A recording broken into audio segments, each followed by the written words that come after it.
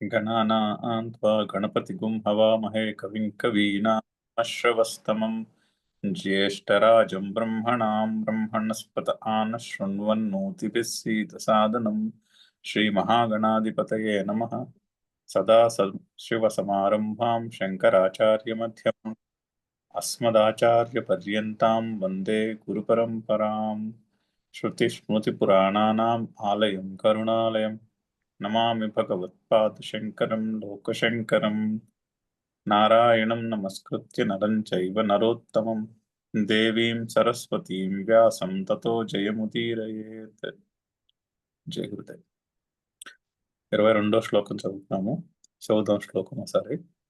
యదృచ్ఛాలాభసంతుష్టః यदृच्छालाभसन्तुष्टः ద్వంద్వాతీతో విమత్సరః द्वन्द्वातीतो विमत्सरः సమః సిద్ధావసిద్ధౌ చ समः सिद्धावसिद्धौ च కృత్వాపి న నిబధ్యతే. कृत्नापि न निबध्यते कृत्वापि నా నిబధ్యతే. ఓకే. అయితే ఇక్కడ ఒక 6 శ్లోకముల సెట్. ఈ 6 శ్లోకాలు ఒక టాపిక్. కర్మ అకర్మల యొక్క విచక్షణ జ్ఞానము. అది ఏ జ్ఞానము అంటూ ఈ 6 శ్లోకముల యొక్క ఒక టాపిక్, ఇది ఒక ప్రకరణం. అయితే కర్మణ్ణి అకర్మ యహ పశ్యేత్, అది సిద్ధాంతం. అది అది మెయిన్ ప్రిన్సిపల్. అది కర్మణి అకర్మ యహ పశ్యేత్ అకర్మణి చ కర్మ యహ సహ బుద్ధిమాన్ మనుష్యేషు సహ యోగి సహ కృత్స్న కర్మకృత్. అంటే అతడే యోగి, అతడే చేయవలసిన పనులన్నీ చేసినవాడు, అంటే మోక్షమునకు అర్హుడు అని అర్థం. సో కర్మలలో అకర్మ, అకర్మలో కర్మ. చూచు అంటే లౌకికులు ఏది అయితే కర్మ అనుకుంటారో అందులో ఇన్ రియాలిటీ అకర్మ ఉన్నదని, అంటే కర్తృత్వము లేదని. లౌకికులు ఏదైతే అకర్మ అనుకుంటారో, అన్ని పనులు మానేసి కూర్చోవడం, కర్మ చేయకపోవటం అనుకుంటారో, అందులో కూడా నేను కర్మ చేయడం అనే కర్తృత్వం ఉందని ఎవరికైతే అనుభవపూర్వకంగా క్లియర్గా తెలుస్తూ ఉంటుందో అతడు మోక్షమునకు అర్హుడు అని సిద్ధాంత వచనం. దానికి స్తుతి నెక్స్ట్ శ్లోకము, యస్య సర్వే సమారంభాః. అది స్తుతి వాక్యం. అంటే ఒక ప్రిన్సిపల్ చెప్పి దాన్ని స్తుతించడం అనేది పద్ధతి. గీతలో అలా ఉంటుంది. ఒక ప్రిన్సిపల్ చెప్పి ఆ ప్రిన్సిపల్ని స్తుతిస్తారు. అంటే ఆ ప్రిన్సిపల్ని పాటించిన వాళ్ళు వాళ్ళకి ఎటువంటి ప్రయోజనము ఫలము ఉంటుందో దాన్ని స్తుతిస్తారు. యస్య సర్వే సమారంభాః దాని యొక్క స్తుతి. తర్వాత ఏమో త్యక్త్వా కర్మ ఫలాసంగం అనే ఒక శ్లోకం చెప్పారు. అది గృహస్థుని గురించి. గృహస్థు అంటే జీవితం మొదలైనప్పుడు బ్రహ్మచర్యం చేసి తర్వాత గృహస్థాశ్రమం పుచ్చుకొని ఒక పాయింట్లో ఎక్కడో ఆ విచక్షణ జ్ఞానం, ఆ వివేక జ్ఞానము ఉదయిస్తుంది హృదయంలో, మనస్సులో, బుద్ధిలో. ఆ పాయింట్లో ఆ మనిషికి తన ఆత్మస్వరూపం ఏమిటో అర్థమైనది. నేను కర్తను కాను అని క్లియర్గా అర్థమైంది అనుభవపూర్వకంగా. అయితే అలా అర్థమైన తర్వాత న్యాచురల్గా అయితే సన్యాసం తీసుకోవాలి. అంటే యజ్ఞోపవేతము, పిలక మొదలగు సాధనాలన్నింటినీ వదిలేసి సన్యాసించాలి. కానీ ఏదో ఒక కారణం వల్ల, ఏదో కారణం, ఇంట్లో వాళ్ళు పర్మిషన్ ఇచ్చి ఉండకపోవచ్చు, లేకపోతే వేరే కారణాలు అయి ఉండొచ్చు, ఆరోగ్యం అయి ఉండొచ్చు, లేకపోతే లోక సంగ్రహార్థం అయి ఉండొచ్చు, సన్యాసం పుచ్చుకోవడం కుదరలేదు, సర్వకర్మ సన్యాసం చేసేయడం కుదరలేదు. అప్పుడు ఆ వ్యక్తి ఇది వరకు వలె కర్మలు చేస్తూ ఉంటాడు. అయినప్పటికీ కూడా నైవ కించిత్ కరోతి సహ, అతనేమి చేయట్లేదు. పూర్వము వలె కర్మలు చేస్తున్నప్పటికీ కూడా అవి లోక సంగ్రహార్థం చేస్తాడు, ఈశ్వరార్పణ బుద్ధితో చేస్తాడే కానీ అతనేమి చేస్తున్నట్లు లెక్క కాదు అని గృహస్థు యొక్క ఒక కేసు పాయింట్ చెప్పారు. ఆ తర్వాత 2 శ్లోకాలు యతి గురించి చెప్తున్నారు. యతి అంటే 21, 22వ శ్లోకము, ఇంక్లూడింగ్ ఈ శ్లోకము. నిరాశీర్ యత చిత్తాత్మ, దీని ముందు శ్లోకము అని యతి గురించి చెప్పారు. యతి అంటే ఎవరు? బ్రహ్మచర్య అవస్థలో ఉన్నప్పుడే, అంటే గృహస్థు అవ్వక ముందు కర్మలు చేయటము. అంటే ఇక్కడ కామ్యకర్మలు ఎప్పుడు మొదలవుతాయి అంటే పెళ్ళి అయిన తర్వాతే మొదలవుతాయి. ఎందుకంటే దాంతోనే అర్హత వస్తుంది కర్మలు, వేదంలో చెప్పిన కర్మలు చేయడానికి. సో పెళ్లి కాక ముందరే తన ఆత్మస్వరూపము నిష్క్రియ ఆత్మ ప్రకాశము వంటిది తన స్వరూపము అని తెలుసుకున్న అతడు అసలు గృహస్థాశ్రమంలో ప్రవేశించడు. అతను ముందు నుంచే సన్యాసించేస్తాడు. అటువంటి వాళ్ళని యతి అంటారు. అయితే వాళ్ళకి అంటే నిరాశీర్ యతచిత్తాత్మ త్యక్త సర్వ పరిగ్రహ అన్నారు. అంటే అన్ని రకములైనటువంటి పరిగ్రహములు వదిలేసిన వాడు. పరిగ్రహము అంటే సంస్కృతంలో అక్యూములేషన్, పోగేసుకోవటం. అంటే సాధారణంగా లౌకికులు ఏదో ఒకటి పోగేసుకుంటూ ఉంటారు. డబ్బును పోగేసుకుంటూ ఉంటారు, కీర్తిని పోగేసుకుంటూ ఉంటారు, రకరకాల సంపదలను పోగేసుకుంటూ ఉంటారు, ఇళ్ళు, కార్లు అటువంటివి పోగేసుకుంటూ ఉంటారు, లేకపోతే పుణ్యాన్ని పోగేసుకుంటూ ఉంటారు. జీవితకాలము మనిషి ఏదో ఒకటి పోగేసుకుంటూనే గడుపుతాడు సాధారణంగా. కానీ యతికి త్యక్త సర్వ పరిగ్రహ అన్నారు. అంటే ఏ విషయంలోనూ పోగేసుకోవడం లేదు. ఈవెన్ శరీర యాత్ర నడపడానికి కూడా కావాల్సిన విషయాల్లో పోగేసుకోవడం అనే మాట ఉండదు. అంటే ఈ రోజుకి భోజనం ఉంది, ఈ పూటకి భోజనం గడిచింది, రాత్రికి భోజనం ఎక్కడి నుంచి వస్తుంది, కొంచెం తీసి పక్కన పెట్టుకుందాం, ఇప్పుడే రాత్రికి కూడా ఇప్పుడే భిక్షాటనం చేసేసుకుని అక్కడ పక్కన పెట్టుకుని రాత్రి భోజనం చేద్దాం, అటువంటి పరిగ్రహము కూడా ఉండదు. త్యక్త సర్వ పరిగ్రహ. ఈ పూటకి వస్త్రం కనిపించింది, రేపటికి వస్త్రం లేదు, సో పని చేద్దాము, ఇప్పుడు వెళ్ళి రేపటికి వస్త్రం యొక్క ఏర్పాటు చేసుకుందాం అనే ఆలోచన కూడా ఉండదు అంటున్నారు. త్యక్త సర్వ పరిగ్రహ. భోజనము, వస్త్రము మొదలగు విషయాల్లో కూడా పోగేసుకోవటం అనేది ఉండదు. అతను కర్మలు శారీరం కేవలం కర్మ కిర్వన్నాప్నోతి నా కిల్బిషం. శరీరయాత్రకు కావలసిన కర్మలు మాత్రమే చేస్తాడు. అప్పుడు కూడా వాటి నుంచి అతనికి కిల్బిషము ఉండదు. కిల్బిషము అంటే సంసార దుఃఖము ఉండదు అని చెప్పి ఆ యతి గురించే ఈ శ్లోకం చెప్తున్నారు. జస్ట్ కాంటెక్స్ట్ మళ్ళీ గుర్తు చేస్తున్నాను. సో శ్లోకము యదృచ్ఛా లాభ సంతుష్ట ద్వంద్వాతీత.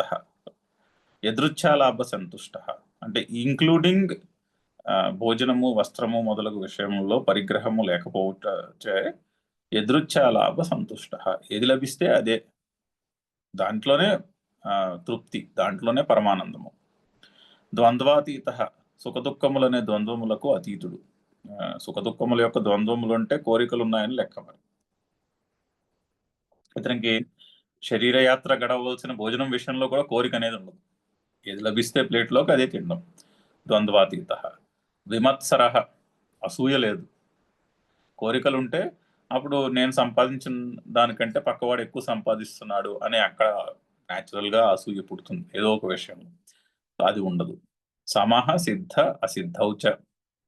సిద్ధి అసిద్ధి, ఈ యదృచ్ఛా లాభము విషయంలో కూడా అది సిద్ధించినది, ఈరోజు యదృచ్ఛా లాభం లేదే అది సిద్ధించలేదు అనే విషయం అనేటటువంటి ద్వంద్వము యొక్క సుఖదుఖములు కూడా అతని దృష్టిలోకి రావు.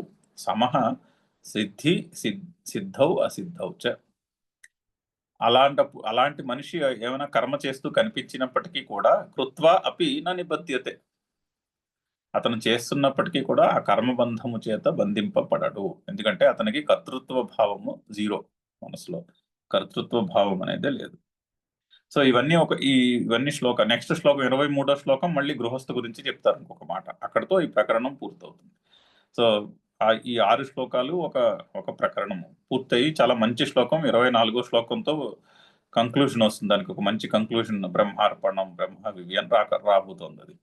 సో ఈ కాంటెక్స్ట్ అంతా చెప్పి అప్పుడు బ్రహ్మార్పణం బ్రహ్మహవిహి అని చెప్పబోతున్నారు. సో దానికి బిల్డప్ ఇదంతా కూడా. సరే, మనము శంకర్ల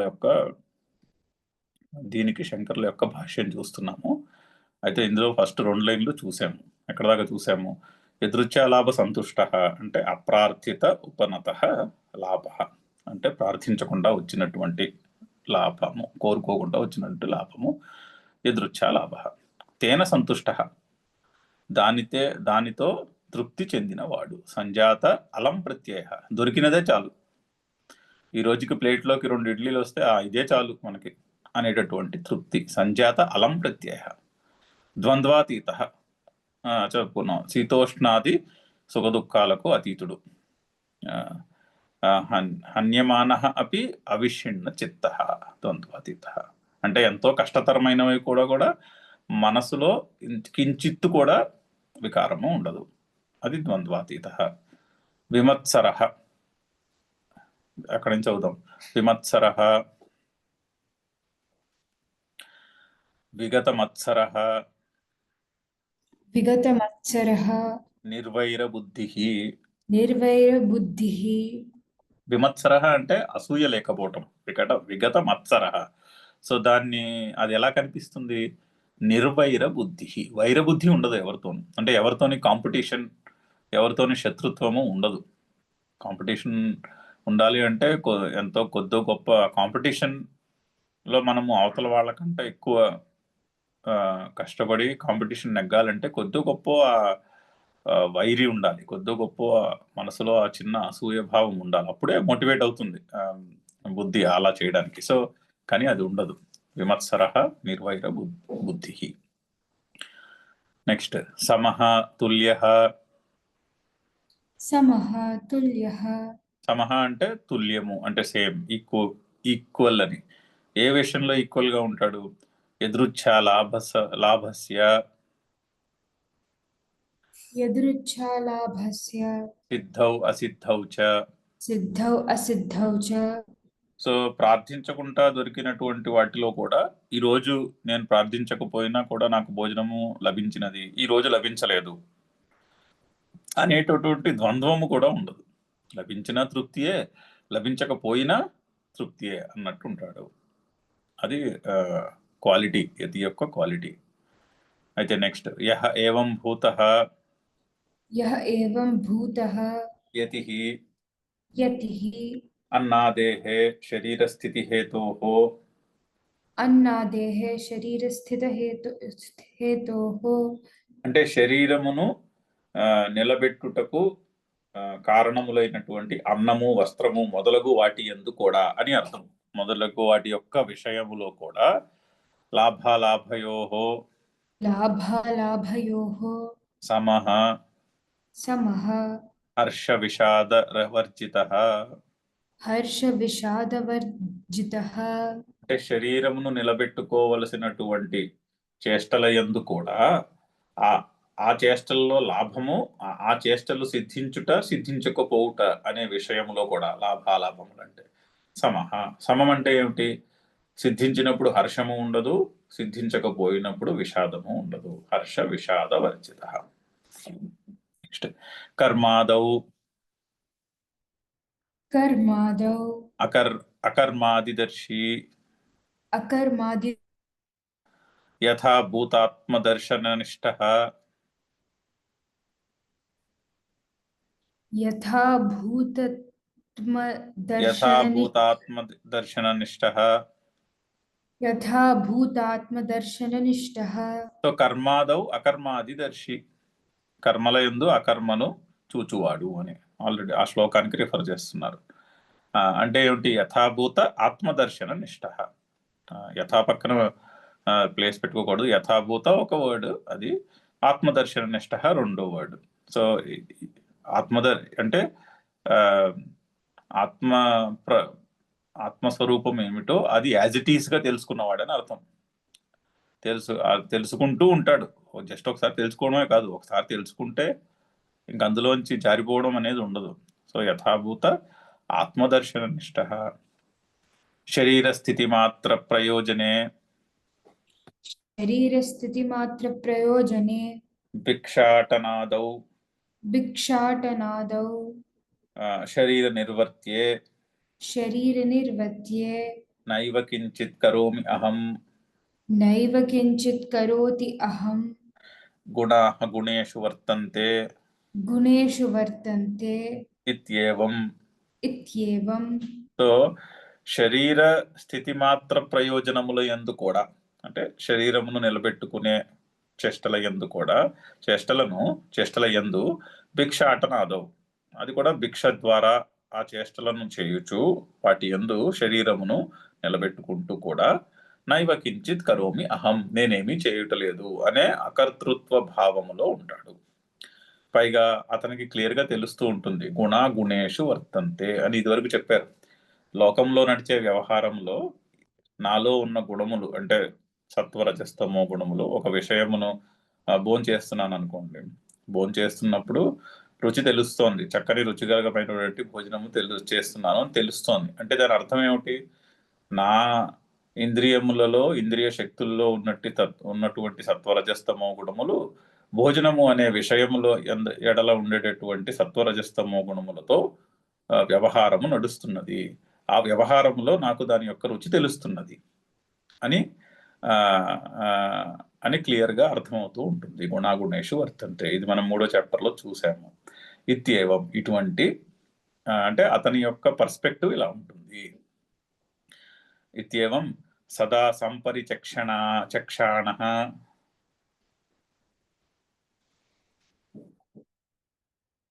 అంటే ఎప్పుడు కూడా ఆ విధముగా పరిశీలిస్తూ ఉంటాడని అర్థం. సదా సంపరిచక్షాణ,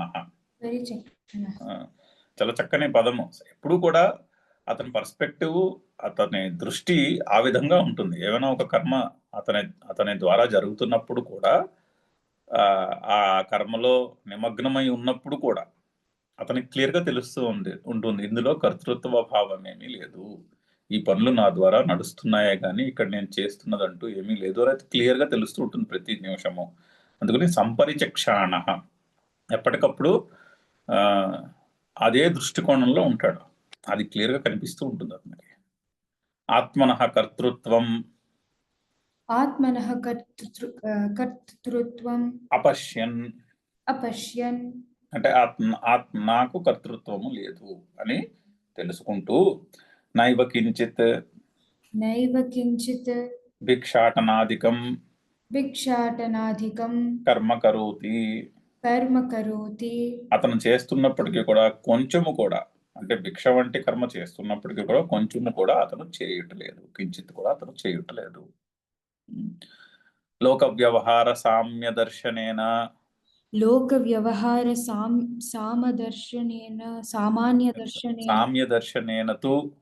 తు లౌకికైః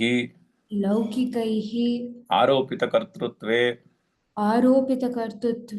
భిక్షాటనాదౌ కర్మణి కర్తా భవతి. అతనికి అలా అనిపిస్తుంది, ఆ యతికి నేను కర్తను కాదని అనిపిస్తుంది. తు ఆన్ ది అదర్ హ్యాండ్, తు ముందు పెట్టుకోవాలి వాక్యానికి. తు అంటే ఆన్ ది అదర్ హ్యాండ్, లోక వ్యవహార సామ్య దర్శనేన లౌకికై ఆరోపిత కర్తృత్వే. అయితే లౌకికులకు మాత్రం ఎలా అనిపిస్తుంది, ఇతను చేస్తున్నాడు కదా అనిపిస్తుంది. మనకి గురుదేవులను చూస్తే మనకేమనిపిస్తుంది, అగు చూసేవా ఆయన ఎంత పని చేస్తున్నాడో, ఆయన మహాత్ముడు చూడు, ఆయన చక్కగా ఎంత రెస్పాన్సిబిలిటీ తీసుకుని, ఎంత ఓనర్షిప్, ఎంత అకౌంటబిలిటీ తీసుకుని ఇంత పని చేస్తున్నారని మనకు అనిపిస్తుంది, ఆయనకి అనిపించదు. ఆయనకి క్లియర్ గా తెలుస్తూ ఉంటుంది ఈ పని నేను చేయట్లేదు అని. మనకి మాత్రము లౌకికై ఆరోపిత కర్తృత్వం, మనము ఆయన మీద కర్తృత్వం ఆరోపించడానికి ప్రయత్నం చేస్తామే కానీ ఆయన్ని అడిగేమనుకోండి, ఆయన క్లియర్ గా చెప్తాడు, ఇందులోంచి నాకేం అక్కర్లేదని. అంటే ఆయనకి కర్తృత్వ భావము లేదు. సో ఆరోపిత కర్తృత్వే భిక్షాటనాదౌ కర్మణి కర్తా భవతి. సో లౌకికుల విషయంలో యతి చేస్తున్న కర్మల్లో యతి కర్తగా కనిపిస్తాడు లౌకికులకి, అతనికి మాత్రము ఆ భావం ఉండదు. అదే చూడండి, అదే శంకర్లు కూడా చాలా ఓపిక్గా అదే పాయింట్ని మళ్ళీ మళ్ళీ మళ్ళీ మళ్ళీ ఎంత చక్కగా క్లారిఫై చేస్తూ ఉంటారు. స్వానుభవేన తు శాస్త్ర ప్రమాణ జనితేన అకర్తైవ. తు ఆన్ ది అదర్ హ్యాండ్, లౌకికునికి యతి కర్మ చేస్తున్నాడు కదా అనిపిస్తుంది. ఆన్ ది అదర్ హ్యాండ్ స్వ అనుభవేన, యతికి ఏమనిపిస్తుంది, తన సొంత అనుభవంలో ఏముంటుంది, శాస్త్ర ప్రమాణ జనితేన, అతనికి శాస్త్రము చెప్తున్న విషయము ముందు నుంచి కూడా తన బుద్ధి నిశ్చయంలో ఉండుట చేత శాస్త్ర ప్రమాణ జనితేన అపి అకర్తైవ. స్వానుభవము శాస్త్రము చెప్పిన విషయము రెండిటి ప్రకారము కూడా అతను అకర్తయే కదా. సహ ఏవం పరాధ్యారోపిత కర్తృత్వం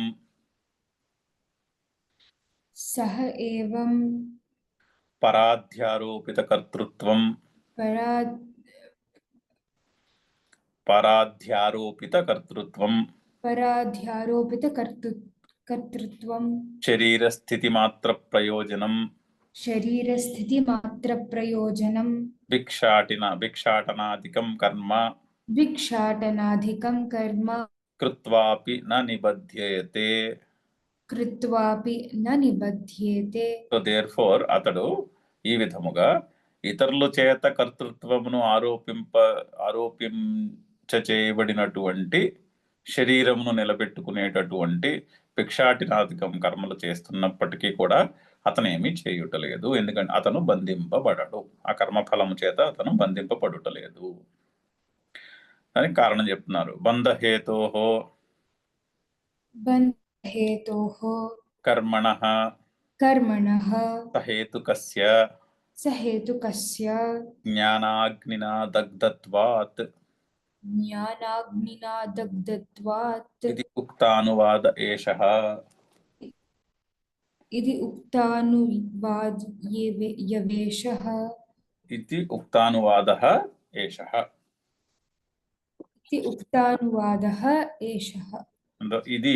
ఇది వరకు చెప్పినటువంటి వాదమే అంటున్నాడు. ఇది వరకు చెప్పినటువంటి ఆర్గ్యుమెంటే.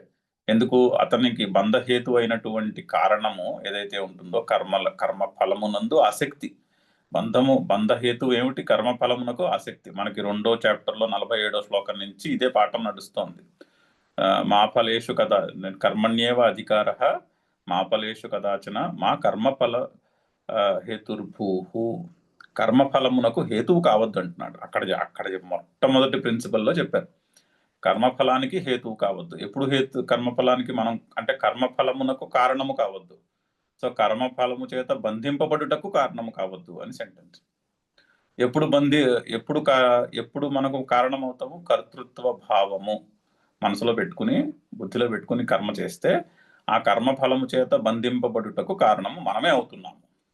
కానీ యతిలో ఆ కర్తృత్వ భావం ఏమైంది? జ్ఞానాగ్నిన దగ్ధత్వాత్. ఆ కర్తృత్వ భావమును జ్ఞానమనడి అగ్ని దహించి వేసింది. ఎటువంటి జ్ఞానమనడి అగ్ని? కర్మలలో అకర్మను చూచుట, అకర్మలో కర్మను చూచుట అనేటటువంటి జ్ఞానము నేను కర్తను అనే భావమును దహింపచేసింది. అందుకని యతికి కర్మలు చేస్తున్నప్పటికీ కూడా ఆ కర్మలు బంధహేతువు అగుటలేదు అని చెప్తాను. చూడండి, అప్పటి నుంచి ఇదే పాఠం 2వ చాప్టర్లో 47వ శ్లోకం దగ్గర ఇంట్రడ్యూస్ చేశాడు శ్రీకృష్ణుడు కర్మయోగం. అప్పటి నుంచి ఇదే పాఠం చెప్తున్నారు. శంకర్లు కూడా ఓపిక్గా అదే వాక్యాలని వాటన్నిటికీ ఒక ఏకవాక్యత రూపాన్ని ఇచ్చి ఎక్కడికక్కడ వాటికి అవతారికలు రాసి ఎక్కడికక్కడ ఎక్స్ప్లెనేషన్ మళ్ళీ రాసి మనకి ఎక్స్ప్లెయిన్ చేస్తున్నారు. చదువుదాం శ్లోకం, చాలా మంచి శ్లోకము, ఇంకోసారి చదువుదాం. యదృచ్ఛాలాభ సంతుష్టః ద్వంద్వాతీతో విమత్సరః సమసిద్ధావసిద్ధౌ చ కృత్వాపి న నిబధ్యతే.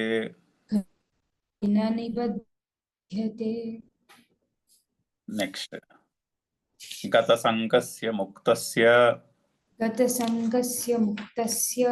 జ్ఞానావస్థితచేతసః యజ్ఞాయాచరతః కర్మ సమగ్రం ప్రవిలీయతే. చాలా మంచి శ్లోకము. మళ్ళీ అయితే ఇక్కడ కాంటెక్స్ట్ మళ్ళీ గృహస్థు యొక్క కాంటెక్స్ట్కి వస్తున్నది. 21లో చెప్పారు గృహస్థు గురించి, త్యక్త్వా సర్వ పరిగ్రహ అంటూ కాదు, త్యక్త్వా కర్మఫలాసంగం అని 21వ శ్లోకము గృహస్థు గురించి చెప్పి, అంటే గృహస్థ అయ్యాక జ్ఞాన సందర్శనము కలిగినట్టు ఆత్మజ్ఞాన దర్శనము కలిగినటువంటి వ్యక్తి గురించి చెప్పారు. 20వ శ్లోకము 21, 22 యతి గురించి చెప్పారు. 23 మళ్ళీ గృహస్థాశ్రమం పుచ్చుకున్న తర్వాత జ్ఞానము కలిగిన వారి గురించి విషయము చెప్తున్నారు. అదే అవతారికలో ఆయన క్లారిఫై చేస్తున్నారు. త్యక్త్వా కర్మఫలాసంగం ఇత్యనేన శ్లోకేన యః ప్రారబ్ధ కర్మా సన్. యః ప్రారబ్ధకర్మా సన్. అయితే ఆత్మజ్ఞానము వచ్చేస్తే సన్యాసము సిద్ధిస్తుందని ఏమీ లేదు. ఆత్మజ్ఞాన దర్శనము ఇప్పుడు మనకి నేను కర్తను కాను అని బుద్ధి నిశ్చయం కలిగింది అనుకోండి, అది ఒక్కటే సరిపోదు సన్యాసము తీసుకుందికి. ప్రారబ్ధ కర్మ కూడా సహకరించాలి. సన్యాసాశ్రమము పుచ్చుకోవటం అనేది అంటే ఫిజికల్గా ఇల్లు వాకిలి అన్ని వదిలేసి అదేదో ఆశ్రమానికి వెళ్ళిపోయి అక్కడ సన్యాసం పుచ్చుకొని కాషాయ వస్త్రాలు ధరించుట అనేది అది ప్రారబ్ధ కర్మను అనుసరించి ఉంటుంది. అలాగా డెస్టినీలో రాసిపెట్టి ఉండనుకోండి, అలాగే జరుగుతుంది. కానీ మానసిక సన్యాసము ఫిజికల్గా ఆశ్రమాన్ని ఆశ్రయించేరా లేదా అన్న దాన్ని బట్టి ఉండదు. బుద్ధిలో నిశ్చయం కలగాలి, నేను కర్తను కాను అని. బుద్ధిలో నిశ్చయం కలిగిన వ్యక్తి ఏ ఆశ్రమంలో ఉన్నా ఒకటే, ఎక్కడున్నా కూడా అతను నేను కర్తను కాను అనే అనే పాయింట్ ఆఫ్ వ్యూ నుంచి, అనే ప్రిన్సిపల్లో ఆశ్రయాన్ని తీసుకుని తను చేయాల్సింది చేస్తూ ఉంటాడు. అయితే అది మానసిక సన్యాసం. సో దీనికి ప్రారబ్ధ కర్మతో సంబంధం లేదు. ఇది జ్ఞానానికి తెలుసుకోవడమే, అక్కడ చేసేది ఏం లేదు, కొత్తగా ఏమి చేయక్కర్లేదు. నేను కర్తను కాను అని తెలుసుకోవడానికి ఏం చేయాలి? ఏమి చేయక్కర్లేదు. అదేదో మనము ఒక పర్టికులర్ కర్మ చేస్తే ఆ జ్ఞానం వస్తుంది అని ఏమీ లేదు. అది పరిశీలిస్తే వస్తుంది. మనం పరిశీలించడానికి రెడీ అయ్యి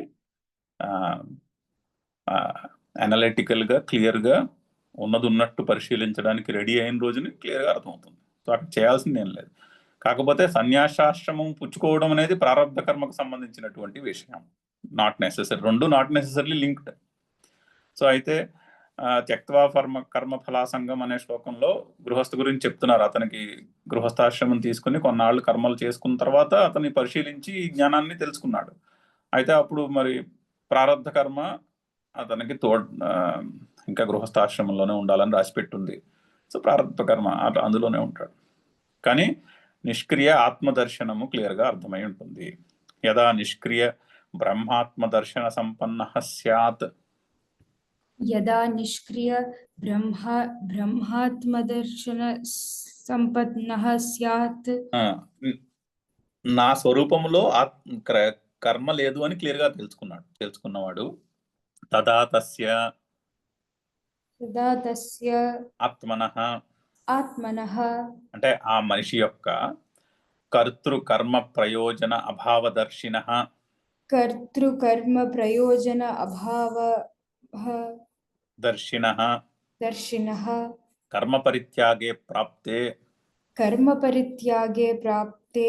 సో శాస్త్రం ప్రకారము నిష్క్రియ ఆత్మదర్శనము కలిగిన రోజును కర్మల యందు స్వప్రయోజనమేమి స్వంత లాభమేమి లేదని క్లియర్గా కనిపించిన రోజుని కర్మ పరిత్యాగమే జరిగి ఉండాలి.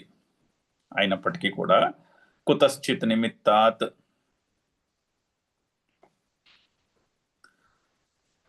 తదసంభవే సతి పూర్వవత్. సో ఏదో ఒక కారణము చేత ఆ కర్మ పరిత్యాగము సిద్ధించలేదు, కుదరలేదు. సో కుతశ్చిత్ నిమిత్తాత్ తదసంభవే సతి పూర్వవత్, అప్పుడు పూర్వము వలె కర్మలు చేస్తూ ఉంటాడు. చేస్తున్నప్పటికీ కూడా తస్మిన్ కర్మణి అభిప్రవృత్తః అపి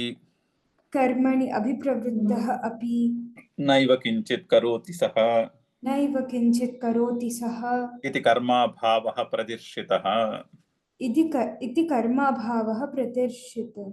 అంటే భగవంతుడు ఏం చేశాడు? అటువంటి వ్యక్తి పూర్వము వలె కర్మలు చేస్తున్నప్పటికీ కూడా ఏ కించిత్ కూడా చేయట్లేదని భగవంతుడు ప్రూవ్ చేశాడు ఆల్రెడీ. శ్రీకృష్ణుడు మనకి లాజికల్ గా ఆర్గ్యుమెంట్ బిల్డ్ చేసుకుంటూ వచ్చి కర్మ అభావము ప్రదర్శిత, ఆ వ్యక్తిలో కర్తృత్వ అభావాన్ని మనకి నిరూపించినాడు.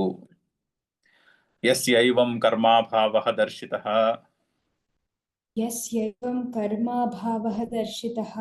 సో యస్య ఏవం కర్మాభావః దర్శితః, ఎవనికైతే ఈ కర్మల యందు అభావం అంటే కర్తృత్వ అభావమును నిరూపించినారో, ఏ వ్యక్తికైతే తస్యైవ గతసంగస్య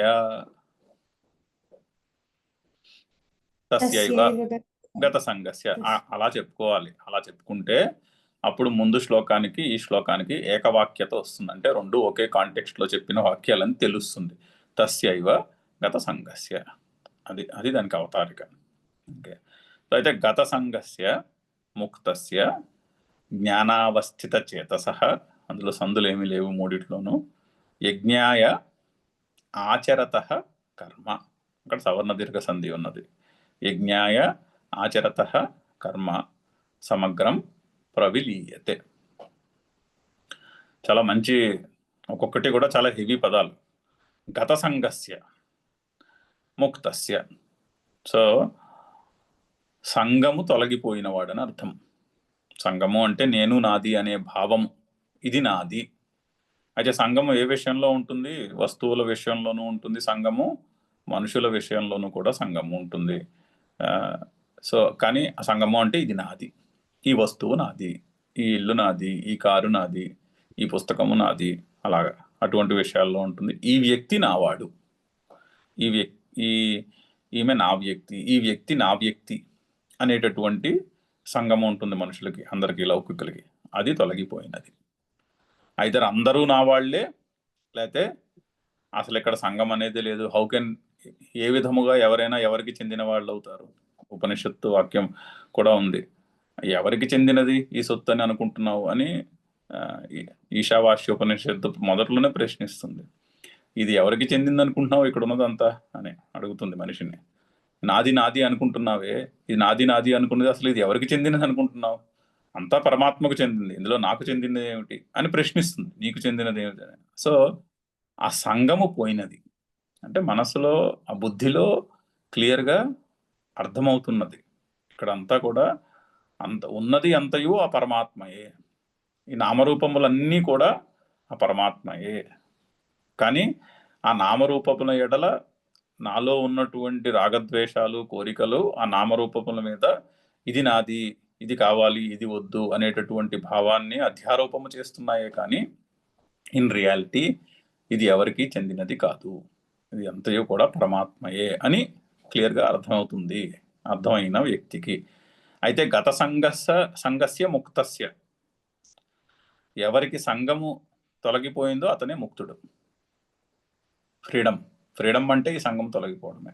ఇప్పుడు ఒక ఉద్యోగం చేస్తున్నాం అనుకోండి, ఒక పర్టికులర్ రెస్పాన్సిబిలిటీ ఇచ్చారు, ఒక పర్టికులర్ రెస్పాన్సిబిలిటీ నెత్తిన పెట్టుకుని ఇది నా రెస్పాన్సిబిలిటీ అని ఉద్యోగం చేస్తున్నాం. ఆ ఉద్యోగం చేసినంత కాలము నో ఫ్రీడమ్, ఎందుకంటే you are bound by that responsibility. Okay, resign చేస్తామనుకోండి ఉద్యోగం, ఫర్ ఎగ్జాంపుల్, రిజైన్ చేసిన రోజున ఆనందం ఎలా ఉంటుంది మనసులో? మీరు ఇదివరకు ఉద్యోగం రిజైన్ చేస్తుంటే ఆ భావం ఉంటుంది, అమ్మయ్యా ఈ రెస్పాన్సిబిలిటీ ఇప్పుడు వదిలిపోయింది. ఆ రిటైర్ అయినప్పుడు అమ్మయ్యా ఈ రెస్పాన్సిబిలిటీ ఇంకా అయిపోయింది అని మనసులో ఒక ఫ్రీడమ్ ఎక్స్పీరియన్స్కి వస్తుంది. సంఘము తొలగిపోవటయే ఫ్రీడమ్. ఇప్పుడు ఇంటర్మీడియట్ విద్యార్థిని 2 ఏళ్ళు టెక్నో స్కూల్లో పెట్టేసి పరీక్ష అయ్యేదాకా బాగా నూరేస్తారు. ఆ పరీక్షలు అయిపోయిన వెంటనే అమ్మయ్యా అని రిలీఫ్ వస్తుంది, అయిపోయింది ఈ పరీక్ష, ఈ గోల అయిపోయింది ఇంకా. అలాగా అదే ఆ సంఘము పోవుట, అప్పటి వరకు సంఘం ఉంది, ఈ పరీక్ష, ఈ చదువు, ఈ నా పరీక్ష, నా చదువు, నా మార్కులు, నా సీటు అనేటటువంటి ఒక సంఘం ఉంటుంది. అది బరువై కూర్చుంటుంది తలలో, అదో పెద్ద టెన్షన్, స్ట్రెస్ అయిపోతుంది. ఆ పరీక్షలు అయిపోయి ఆ కౌన్సిలింగ్లన్నీ అయిపోయిన రోజుని అమ్మయ్యా అనిపిస్తుంది, సీట్ వచ్చినా అమ్మాయి అనిపిస్తుంది, సీట్ రాకపోయినా కూడా అమ్మాయి పోతే పోయింది, ఈ గోల అయిపోయింది ప్రస్తుతానికి అనిపిస్తుంది. సో ఆ సంఘము తొలగిపోవుటయే ముక్తి అంటే. చూడండి ఎంత చక్కగా ఎక్స్ప్లెయిన్ చేస్తున్నారు అసలు. గత సంగస్య ముక్తస్య, చాలా చక్కగా దీని గురించి వ్యాఖ్యానం చేస్తారు మహాత్ములు. ఆ సంఘము పోవుటయే, ఆ సంఘము ఫిజికల్ సంఘము కాదు ఇక్కడ చెప్తున్నది, అది భావనకు సంబంధించినది, మనసులో భావన. అంటే ఇప్పుడు నేను ఇదేదో చేసి ఇదేదో సాధించాలి అనేటటువంటి ఒక అటాచ్మెంట్ మనసులో పెట్టుకుని పనిచేయటం, దానివల్ల టెన్షన్, అది బరువై కూర్చుంటుంది. అది పోయిన వెంటనే ఫ్రీడమ్, గత సంగస్య ముక్తస్య. అయితే అది ఎలా పోవాలి అంటే దానికి కూడా చెప్తారు, ఇంకా తర్వాత వస్తుంది. మహాత్ములు కూడా ఏం చెప్తారు, శ్రీకృష్ణుడు కూడా చెప్పబోతున్నాడు మనకి తర్వాత చాప్టర్లో. ఇదే ప్రిన్సిపల్ కనిపిస్తుంది. అయితే ఇప్పుడు ఫర్ ఎగ్జాంపుల్ నేను బ్రాహ్మణుడను అనేటటువంటి అటాచ్మెంట్ ఉందనుకోండి బుద్ధిలో. ఓకే, అది పోవాలనుకోండి. అది పోవాలంటే మెల్లగా షిఫ్ట్ ఎక్కడ రావాలి? ఆలోచన విధానంలో షిఫ్ట్, పరివర్తన ఏం కావాలంటే నేను భారతీయుడను అనుకున్నాం అనుకోండి, లేదా నేను హిందువును అనుకున్నాం అనుకోండి. అప్పుడు ఏమైంది? నేను బ్రాహ్మణుడను అన్నటువంటి అభిమానాన్ని దాటి అధిగమించి నేను భారతీయుడను అనే అభిమానాన్ని పెట్టుకున్నట్లు లెక్క. అంటే ఒక పెద్ద అభిమానాన్ని పెట్టుకుంటే స్కోప్ ఎక్కువ ఉన్నటువంటి అభిమానాన్ని ఎత్తి మీద వేసుకుంటే చిన్న అభిమానం పోతుంది, చిన్న విషయంలో ఉన్నటువంటి సంఘము తొలగిపోతుంది. సో నేను బ్రాహ్మణుడను నుంచి నేను లేదా క్షత్రియుడను, నేను వైశ్యుడిని నుంచి నేను భారతీయుడను అంటే ఒక లెవెల్ పైకి వెళ్ళాం.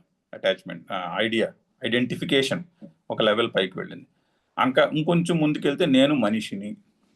సో ఐడెంటిఫికేషన్ అక్కడ ఉంది, మానవత్వంతో ఉంది ఐడెంటిఫికేషన్. బ్రాహ్మణుడు క్షత్రియుడు ఆ లెవెల్లో లేదు, కులాభిమానములతో లేదు. కాకపోతే ఈ ట్రాన్సిషన్ ఏం తేలిక కాదు. కొంతమందికి తేలిగ్గా ఉంటుంది, కొంతమందికి చాలా కష్టం అనిపిస్తుంది ట్రాన్సిషన్. బట్ ఐడెంటిఫికేషను దానికన్నా పై లెవెల్కి పెట్టుకోవాలి. పెట్టుకుంటే అప్పుడు చిన్న లెవెల్లో ఉన్న ఐడెంటిఫికేషన్లు జారిపోతాయి. నేను మనిషిని, నేను అహం ప్రాణ, నేను ఒక ప్రాణిని అన్న అంతకన్నా బ్రాడ్. అప్పుడు అన్ని ప్రాణులకి తోను సమత్వము కనిపిస్తుంది. దాన్ని సర్వాత్మ దర్శనము అంటారు, సర్వాత్మ భావము అంటారు.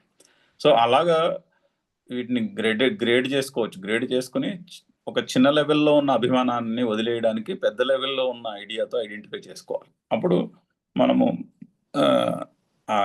గ్రాడ్యువల్గా పరిచ్ఛిన్నమైనటువంటి ఐడెంటిఫికేషన్స్ ఏముంటాయో, అభిమానము అంటే ఐడెంటిఫికేషన్, దేహాభిమానము, అటువంటి ఐడెంటిఫికేషన్స్ ఏముంటాయో అవి గ్రాడ్యువల్గా జారిపోయే పరిస్థితి కలుగుతుంది.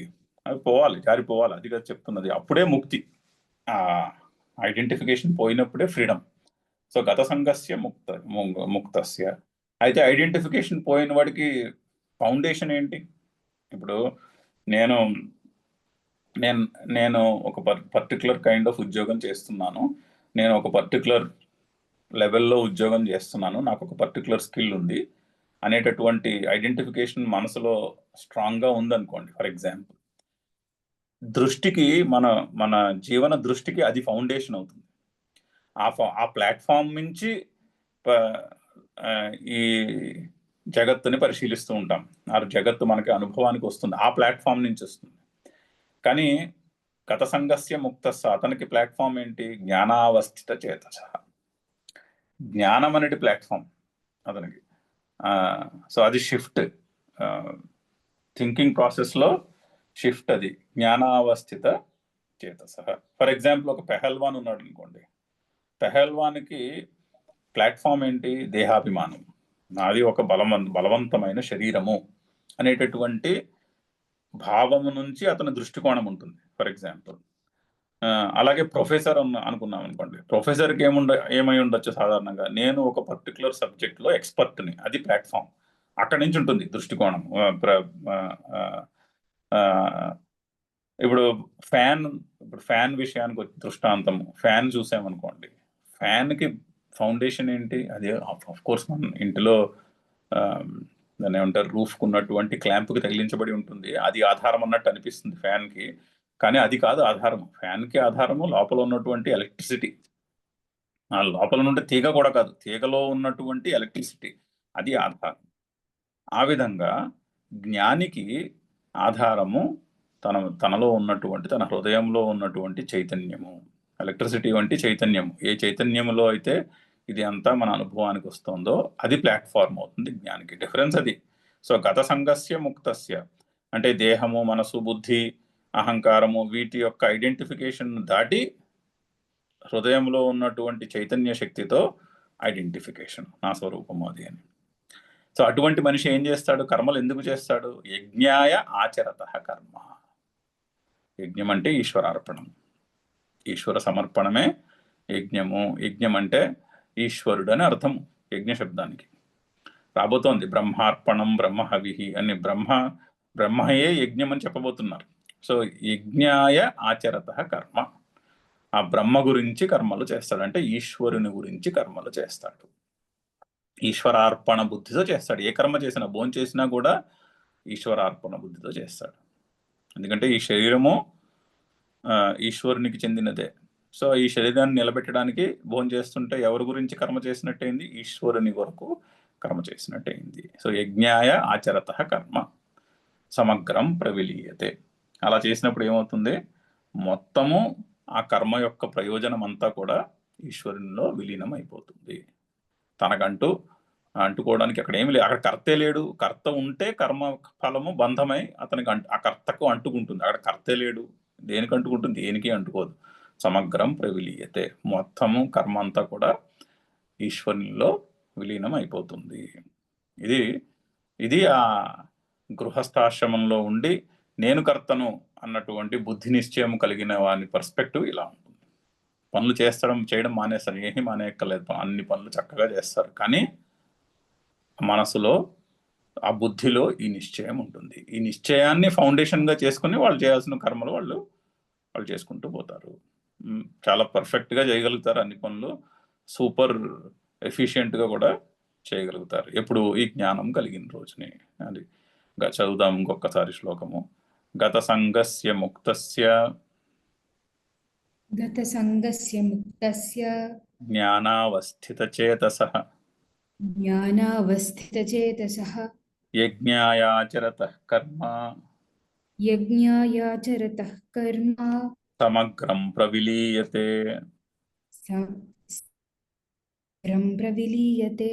అయితే సాధారణంగా లౌకికులు చేసే కర్మలన్నీ సెల్ఫ్ సెంటర్డ్గా ఉంటాయి. సెల్ఫ్ సెంటర్డ్ అంటే సెల్ఫిష్నెస్ అని కాదు, సెల్ఫ్ సెంటర్డ్గా ఉంటాయి. నేను నాది అనే ఐడియా చుట్టూ తిరుగుతూ ఉంటాయి. అది మంచి చెడు కాదు పాయింట్. చేసే పనులన్నీ నేను నాది అనే ఐడియా చుట్టూ ఉంటాయి. ఆ నేను నాది అనే సర్కిల్లో ఉంటాయి పనులన్నీ కూడా. అది డిఫైన్ చేస్తుంది ఏం చేస్తాం ఏం చేయము అన్నది. దాన్ని సెల్ఫ్ సెంటర్డ్ యాక్టివిటీ అంటాం. సెల్ఫిష్నెస్ దాన్ని నెగిటివ్గా తీసుకోక్కర్లేదు, అది నెగిటివ్గా పాజిటివ్గా కాదు డిస్కషన్, జరిగేది అది. కానీ జ్ఞానము ఫౌండేషన్గా ఉన్న వ్యక్తి యొక్క యాక్టివిటీ సెల్ఫ్ సెంటర్డ్గా ఉండదు. ఆ పనిలో నేను నాది అనేటటువంటి ఐడియా ఉండదు. అందుకని అది ఈశ్వరార్పణ బుద్ధితో చేసిన కర్మ అవుతుంది. యజ్ఞాయ ఆచరత కర్మ. ఈ యజ్ఞ శబ్దము ఇక్కడ ఈశ్వరుడు అనే అర్థంలో చెప్తారు. చాలా అలా చెప్పుకుంటే చాలా బాగుంటుంది. చాలా చోట్ల వస్తుంది.